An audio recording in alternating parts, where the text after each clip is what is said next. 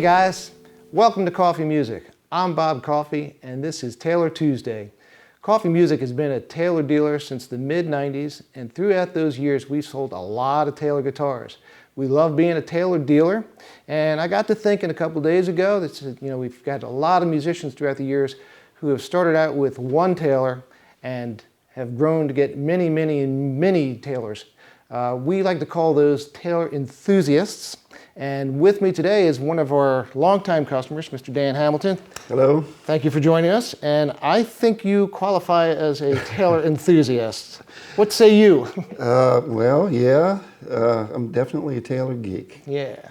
I've owned a lot. So if you can think back to the first time you actually played a Taylor, what drew you into the instrument? I had come to be interested in 12-string guitars. I'd been playing 6-string guitars for years, and my first Taylor was a 300 series. It was somebody had ordered it and custom ordered it. It had Imbuo wood, which is a type of Brazilian walnut. Okay. And it just looked so beautiful. And it was not just back and sides; it was the top as well. Mm-hmm. And so I pulled the trigger on it, and from then so the on, first time you strummed that chord, I mean, that was amazing. It was amazing. It's one of the things with Taylor, I think, and I'm not a guitar player, truth and disclosure, but when you play them, the notes of each string are just so crisp, and it just bright, and it just has such a wonderful sound. They do. I think that's an incredible thing. The playability, again, to me, the necks just feel super comfortable. They've had a bunch of neck designs, and one of the things that I loved about them was that it's a bolt-on neck. And you know, with a lot of other guitars, you have an issue with the neck. You got to pull it off. It's got glue and everything. It's never the same. With Taylor's, it was just something that again, they're a very, very innovative company, and that's one of the among many things that interest me about Taylor's. But you just pull that neck off. It's a very simple. In fact, you can go online and they'll demonstrate how easy it is just to take it's just maybe a few minutes to take it off, put a shim in there, and get it where you want it. Sure, if there's a problem, you can adjust I that. usually only, if, and it's very infrequent, if I need to adjust it, I'm just doing a truss rod fix. And you don't have to be a luthier That's a typical thing you need to do as the weather changes, and it's always a good thing to have all your guitars adjusted. The other thing that Taylor is really known for is their woods, and their body styles.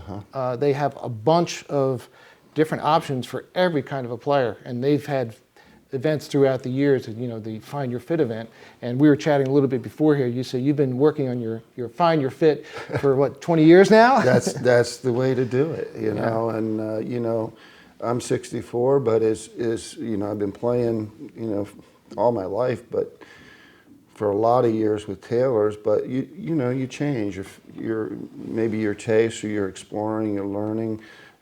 Physically, I've had some issues with my hands, a couple operations, and so, a lot of people give up.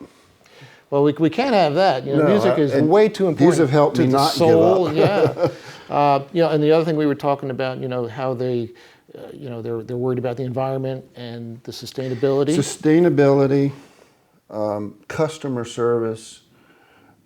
It's phenomenal. You can call them up and ask a question, and they answer you quickly, or you can shoot off an email. You can find how to do that on their wood and steel, which, by the way, is free. Get online, sign up. But sustainability, looking to the future. Andy Powers now has sort of taken over a lot of the design of the guitars, and he's the future of that company. And so they want to have woods that are sustainable and available, way past the time that Bob Taylor is here. Right. And to me, that's responsible. They've been able to start growing ebony and use ebony that's got blonder wood in it. So you may see some more of that in your fretboards. Originally, I was worried about aesthetics, but I think it looks beautiful. I think it's just amazing when you can get a guitar that has a different striping on it. It's almost like personalizing it to that guitar. Absolutely, which is, And well, we'll show you we'll later. talk a little bit That's later. bad. Yeah, One I of mean, it's those just, is you know, we have some guitars down in the showroom right now, which are just absolutely gorgeous, and they're not the traditional all ebony black fingerboard. I've come to really like it, and it's interesting how, with the proper context and conservation and the environment with the context behind that, how I now look at those streaks in the ebony and go, wow. You know, And I think Bob Taylor and the company, they were in the forefront of just, you know, they are, changing and I don't, you know, what a lot of people may not know is they provide a lot through their Cameroon Ebony project. They provide a lot of ebony to the market, to other people. So you're playing on a pretty plain-looking guitar here. Yeah. Can you tell us a little bit about what you got there? This is a K14CE. What does the K stand That's for? koa, so it's the back and sides is all solid koa. You've got this beautiful abalone. Again here and around the rosette and up the fretboard and up here. You basically, this is a builder's version, edition. It's got the new V class bracing, which Another innovation of Taylor another guitars. innovation. One interesting thing about this that I was really interested in is it's got a double cutaway. It's not just a regular cutaway, but it's got a secondary cutaway. I don't know if you can see it, but what it allows you to do is get your hand up high without, you know, traditionally when you're up in here, you know, you're at this, you know, setting, but this way you can come up here and your hand's still straight up back in here. So we're like,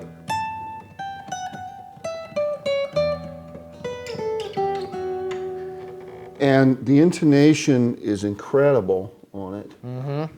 Okay, and it keeps its tuning. It's got these 121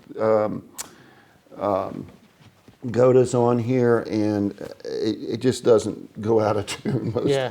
And so the intonation's fantastic. And the interesting thing about this guitar with the V bracing actually is the viewer, the listener. Unlike traditional X bracing, this will actually expand the volume as it gets out.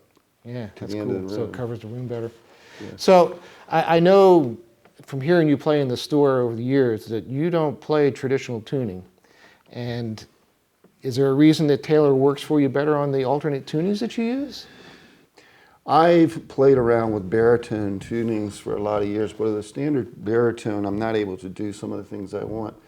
Nevertheless, I'm able to go down to even a B with this on the low end, and I can keep that intonation going. So I do a lot of alternate tunings, a lot of open tunings, because mostly because of I never had the stamina for bar chords because of injuries to my hand. So I found all these interesting voicings. Right. But to accommodate that, I needed to go down low on a number of strings without losing the intonation, without losing the tone and everything. And it's amazing how many of the guitars in different sizes will actually accommodate. Believe it or not, my GS Mini will accommodate that. You wouldn't think it would, but it does. GS Mini, huh? Yes. Just so happens? Would you like to see it? I think we would. Would we like to Okay. see that? That'd be Let's, great. So you've got the GS Mini, it's Koa version, I believe. Yes, this was one of the first GS Minis, and I was in my office before I retired, and I had, I guess, told you guys I was interested. One of your wonderful employees called me up at my office and said, "Hey, I got two of these Koa GS Minis." And I said, "Well, what are they like?" And he goes, "Well, one of them's got these burls all over it." And I said, "Go put it up in Bob's office."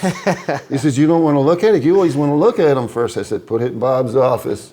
You knew. But anyway, it has it may be hard to see, but it's got a ... It's a solid book matched Koa top, and it's like, I think of it as like bear claws on either side. It's so cool. Blonder back, layered Koa back and sides. That's to my understanding, that is Koa layered as opposed to laminate. It's got a poplar and Koa, so Koa on each side. Anyway, it's got the EST. It looks similar to the ES1 and ES2s that are on there for the preamp and pickup. And it's just, this is the one I write most of my music on, actually. Mm-hmm. Well, interesting thing, I believe the GS Mini model is Taylor's best-selling guitar. It's not the first one I bought from you. I bought the one with the ES Go. Nor will it be the last. Well, I gave it to my grandson. He's now 21 and in the service, and he plays that all the time. So he's actually starting to record and stuff. So it's a family thing. Once you hey, join the Taylor family. I'm buying guitars for my grandkids now. That's awesome, man. That's great. Well, thanks for stopping by for Taylor Tuesday. And Dan, thank you for being my first guest. You're welcome. How about if you take us out? Okay. Little blues.